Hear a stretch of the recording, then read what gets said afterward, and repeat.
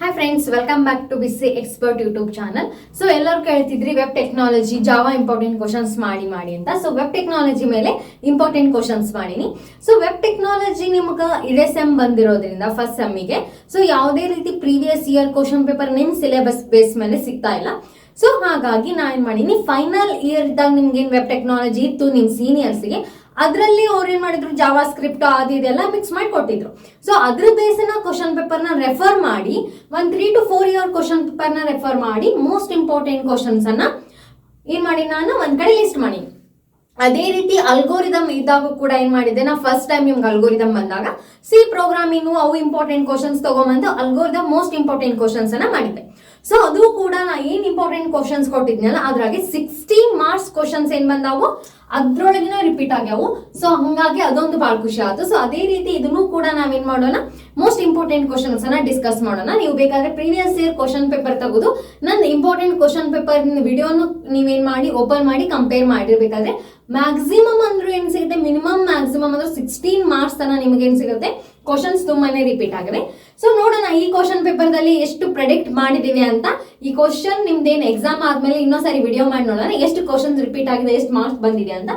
ವಿಡಿಯೋದಲ್ಲಿ ಏನ್ ಮಾಡಿ ನಾನು 2 ಮಾರ್ಕ್ಸ್ 5 ಮಾರ್ಕ್ಸ್ ಮತ್ತು 10 ಮಾರ್ಕ್ಸ್ ಈ ರೀತಿ ಸಪ್ರೇಟ್ ಮಾಡಿ. ವೆಬ್ ಟೆಕ್ನಾಲಜಿ ನಿಮ್ದಲ್ಲಿ ನಿಮ್ಗೆ ಎಷ್ಟು ಯೂನಿಟ್ ಇರುತ್ತೆ, 4 ಯೂನಿಟ್ಸ್ ಇರುತ್ತೆ, ರೈಟ್. ಸೊ ಎಲ್ಲದರಲ್ಲಿ 4 ಯೂನಿಟ್ಸ್ ಇರ್ತಾವ. ಸೊ 2 ಮಾರ್ಕ್ಸ್ ದಲ್ಲಿ ಯಾವ ಬೇಸಿಕ್ ಕೇಳ್ಬೋದು. ಇನ್ನೊಂದನ್ನ ಹೇಳಲಿಕ್ಕೆ ಇಷ್ಟಪಡ್ತೀನಿ ಏನಂತಂದ್ರೆ, 2 ಮಾರ್ಕ್ಸ್ ಕ್ವಶನ್ ಇವೇ ಬೀಳ್ತಾವು ಅಂತ ಪ್ರೆಡಿಕ್ಟ್ ಮಾಡ್ಲಿಕ್ಕೆ ಬರಲ್ಲ. V cannot predict 2 marks questions, but we can predict 5 marks and 10 marks. So ನೋಡೋಣ ಯಾವ್ಯಾವ ಬೀಳ್ಬಹುದು ಅನ್ನೋದನ್ನ. ಫಸ್ಟ್ ಅವ್ರು ಡಿಫೈನ್ ವೆಬ್ ಟೆಕ್ನಾಲಜಿ ಅಂತ ಕೇಳ್ತಾರೆ ಅಂತ 100% ಶೋರ್. ಸೊ ಇದಕ್ಕಂದ್ರೆ ವೆಬ್ ಟೆಕ್ನಾಲಜಿ ಇರುತ್ತೆ. So what is web technology ಅಂತ ಕೇಳ್ಬೋದು, ಅಥವಾ ಡಿಫೈನ್ ವೆಬ್ ಟೆಕ್ನಾಲಜಿ ಅಂತ ಕೇಳುವಂತ ಚಾನ್ಸಸ್ ತುಂಬಾನೇ ಇರುತ್ತೆ. ಸೊ ಹಾಗಾಗಿ ಫಸ್ಟ್ ಕ್ವಶನ್ ಏನ್ ಕೊಟ್ಟಿನಿ ನಾನು, ಡಿಫೈನ್ ವೆಬ್ ಟೆಕ್ನಾಲಜಿ ಅಂತ ಕೊಟ್ಟಿನಿ. ನೆಕ್ಸ್ಟ್ ಕ್ವಶನ್ ನೋಡೋದಾದ್ರೆ ವಾಟ್ ಈಸ್ HTML ಅಂತ ಕೇಳ್ಬೋದು, ಅಥವಾ define HTML. What is CSS or define CSS. What is WWW means ನೀವಿಲ್ಲಿ ಏನ್ ಆಲ್ಮೋಸ್ಟ್ ಆಲ್ ಮಿಸ್ಟೇಕ್ ಮಾಡ್ತೀರಿ ಅಂತಂದ್ರ, ಈ ರೀತಿ ಕೇಳಿರ್ತಾರ HTML CSS WW ಈ ರೀತಿ ಕೇಳಿದಾಗ ನೀವು ಸ್ಟ್ಯಾಂಡರ್ಡ್ ಫಾರ್ಮ್ ಬರೆದ್ ಬಿಟ್ಬಿಡ್ತೀರಿ ಒಮ್ಮೊಮ್ಮೆ. ಸೊ ಅದು ರಾಂಗ್. ಸ್ಟ್ಯಾಂಡರ್ಡ್ ಫಾರ್ಮ್ ಬರಿಬಾರ್ದು, ಅಲ್ಲಿ ಅದ್ರ ಪೂರ್ತಿ ಡೆಫಿನೇಷನ್ ನ ಬರಿಬೇಕು. HTML ಏನ್ ಮಾಡುತ್ತೆ, ಸ್ಟ್ರಕ್ಚರ್ ನ ಡಿಸೈನ್ ಮಾಡ್ಲಿಕ್ಕೆ ಹೆಲ್ಪ್ ಮಾಡುತ್ತೆ. CSS ಏನ್ ಮಾಡುತ್ತೆ, ಸ್ಟೈಲಿಂಗ್ಸ್ ಅನ್ನ ಅಪ್ಲೈ ಮಾಡ್ಲಿಕ್ಕೆ ನಾವೇನ್ ಮಾಡ್ತೀವಿ, CSS ನ ಈ ರೀತಿ ಒಂದು ಡೆಫಿನೇಷನ್ ಇರುತ್ತಲ್ಲ, ಆ ಡೆಫಿನೇಷನ್ ಅನ್ನ ನೀವೇನ್ ಬರಿಬೇಕು, ಅಲ್ಲಿ ವಾಟ್ ಈಸ್ ಅಂತ ಕೇಳಿದ್ರೆ ಬರಿಬೇಕು. ನೀವೇನ್ ಮಾಡ್ತೀರಿ, what is HTML, so hyper text markup language. What is CSS, cascading style sheet. What is WWW world wide web ಈ ರೀತಿ ಬರ್ದ್ ಕೈ ಬಿಟ್ಬಿಡ್ತೀರಿ. ಅಲ್ಲೇನಾಗುತ್ತೆ, 1 ಮಾರ್ಕ್ಸ್ ಅನ್ನ ಲೂಸ್ ಮಾಡ್ಕೊಂಡ್ಬಿಡ್ತೀರಿ. ಸೊ ಅಲ್ಲಿ ನಿಮ್ದು 1 ಮಾರ್ಕ್ಸ್ ಲಾಸ್ ಹಾಕೊಂತ ಬಂತ ಅಂದ್ರೆ ನಿಮ್ ಫೈನಲ್ ಪರ್ಸೆಂಟೇಜ್ ಇಲ್ಲಿ ಬರುತ್ತೆ. ಸೊ ನೀವು ಬರೆದ್ರು ಕೂಡ ಬರದೇ ಇರುವಂತ ಪರಿಸ್ಥಿತಿಗೆ ಬರ್ತೀರಿ. ಸೊ ಹಾಗಾಗಿ ನಿಮಗೆ ಯಾವ ಕ್ವಶನ್ಸ್ ಬರುತ್ತೆ ಆ ಕ್ವಶನ್ ನಲ್ಲಿ ಆನ್ಸರ್ ನೀಟಾಗಿ ಬರೀರಿ. ಸೊ ಇಷ್ಟ ಬರಿಬೇಕು ಅಷ್ಟ ಬರಿಬೇಕು ಅಂತಲ್ಲ, ನಿಮ್ಗೆ ಏನೇನು ಓದಿರ್ತೀರಿ ಅದ್ರ ರಿಲೇಟೆಡ್ ಪೂರ್ತಿಯಾಗಿ ಕಂಪ್ಲೀಟ್ ಆಗಿ ಬರಿ. ಎಲ್ಲಿ 10 ಮತ್ತು 5 ಮಾರ್ಕ್ಸ್. 2 ಮಾರ್ಕ್ಸ್ ದಲ್ಲಿ ಕರೆಕ್ಟ್ ಡೆಫಿನೇಷನ್ ಅನ್ನ 2-3 ಲೈನ್ಸ್ ಅಲ್ಲಿ ಬರೆದ್ ಬಿಟ್ರೆ ಸಾಕು, ಅದು ಪೂರ್ತಿ 2 ಮಾರ್ಕ್ಸ್ ಕೊಡುವಂತ ಚಾನ್ಸಸ್ ಇರುತ್ತೆ.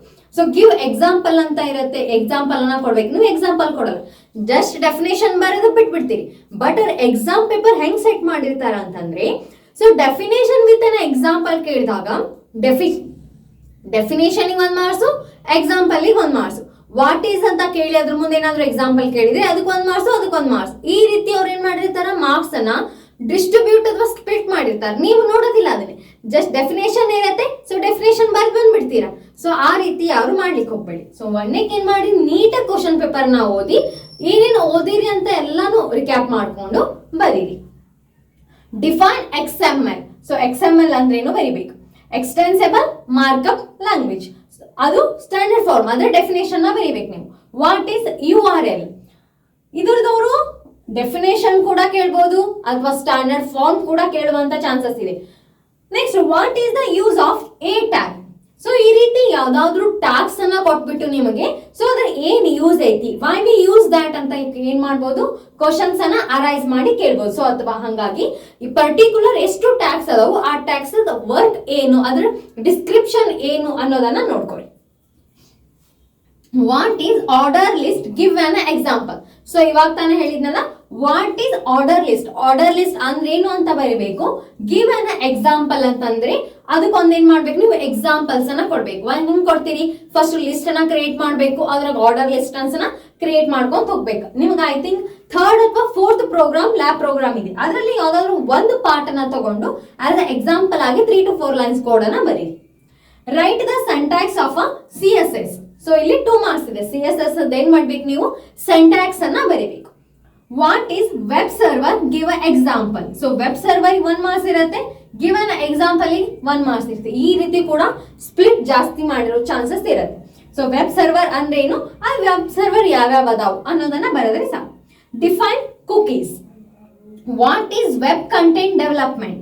ಸೊ ವೆಬ್ ಕಂಟೆಂಟ್ ಡೆವಲಪ್ಮೆಂಟ್ ಅಂದ್ರೆ what is web hosting, what is wiki sites, standard form of XHTML. ಈ ರೀತಿ ಏನಾದ್ರೂ ಕೇಳಿದ್ರು ಅಂದ್ರೆ ಜಸ್ಟ್ ಅವಾಗ ನೀವೇನ್ ಮಾಡ್ಬೇಕು, XHTML ಅಥವಾ ಯಾವುದೇ ಸ್ಟ್ಯಾಂಡರ್ಡ್ ಫಾರ್ಮ್ ಕೇಳಿರ್ತಾರಲ್ಲ ಅದರದ್ದು ಜಸ್ಟ್ ಸ್ಟ್ಯಾಂಡರ್ಡ್ ಫಾರ್ಮ್ ಬರೆದ್ರೆ ಸಾಕು. ಇಲ್ಲಿ ಯಾವುದೇ ರೀತಿಯ ಡೆಫಿನೇಷನ್ ಬರಿಬೇಕು ಅನ್ನೋದು ನೀಡ್ ಇರೋದಿಲ್ಲ.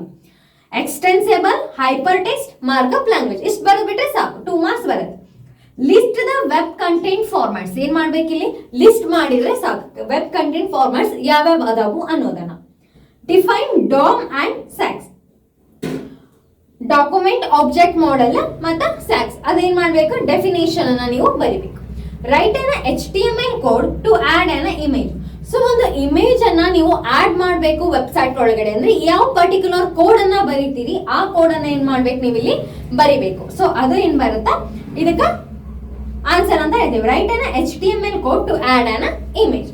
So these are about 2 marks questions. ಇವೆಲ್ಲ ಎಲ್ಲಿ ಬರುತ್ತೆ, 2 ಮಾರ್ಕ್ಸ್ ಕ್ವಶನ್ ದಲ್ಲಿ ಬರುತ್ತೆ.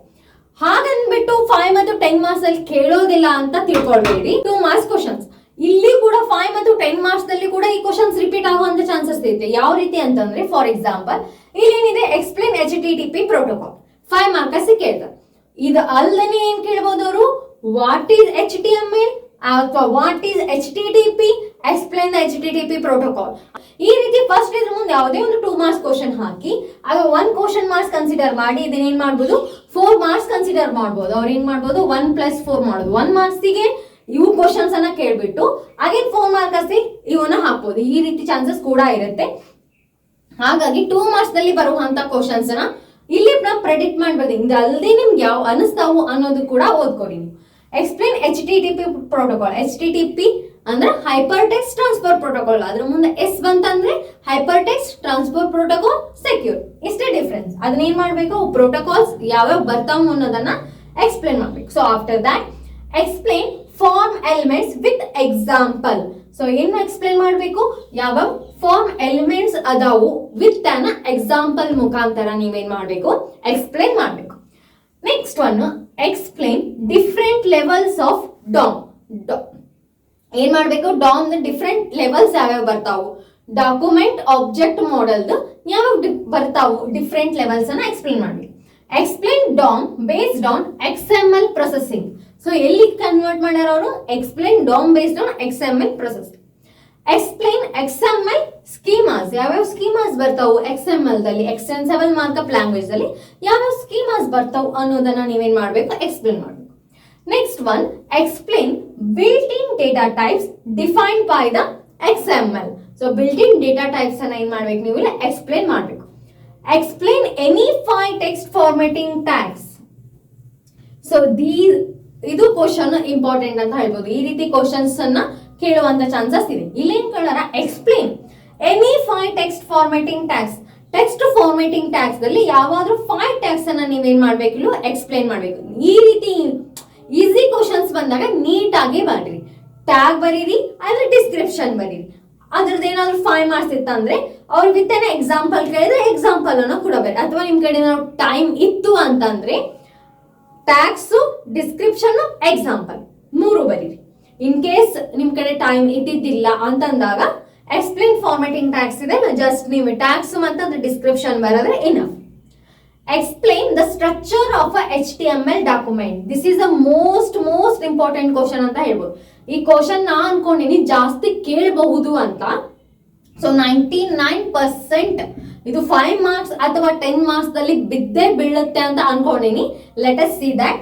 Explain CSS benefits. So CSS ಅನ್ನ ಯೂಸ್ ಮಾಡೋದ್ರಿಂದ ಏನೇನ್ ಅಡ್ವಾಂಟೇಜಸ್ ಇದೆ, ಬೆನಿಫಿಟ್ಸ್ ಇದೆ ಅನ್ನೋದ್ರನ್ನ ನೋಡೋಣ.